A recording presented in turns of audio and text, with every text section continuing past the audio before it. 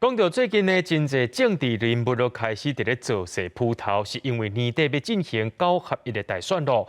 法务部最高检察署今仔日就召开座谈会，针对着买票假消息，也个境外势力影响等等一寡可能会发生的情形进行讨论。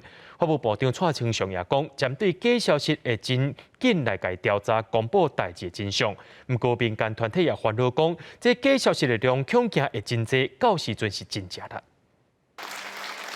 最高检察署15开座谈会，讨论年底9合1选举，检警调可能遇到的挑战。行政院长内政部长中选会主委拢到，法务部长蔡清祥讲，主要的问题有3项。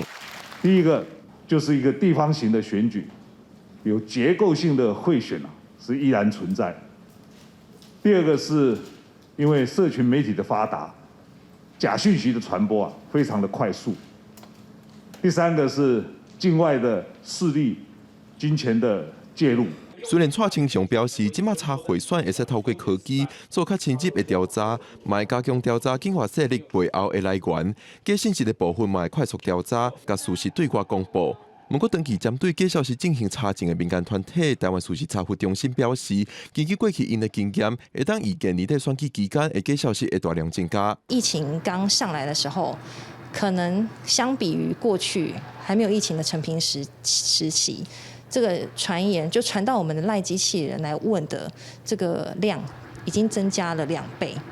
那当本土病例数破万的时候，那个传进来的量是5倍。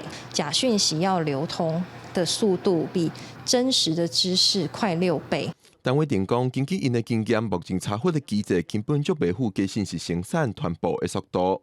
面对大选期间大量增加的假消息，法务部讲想要调查了后，对外澄清效果也阁有待检视。记者郭文霞、桂林台北报道。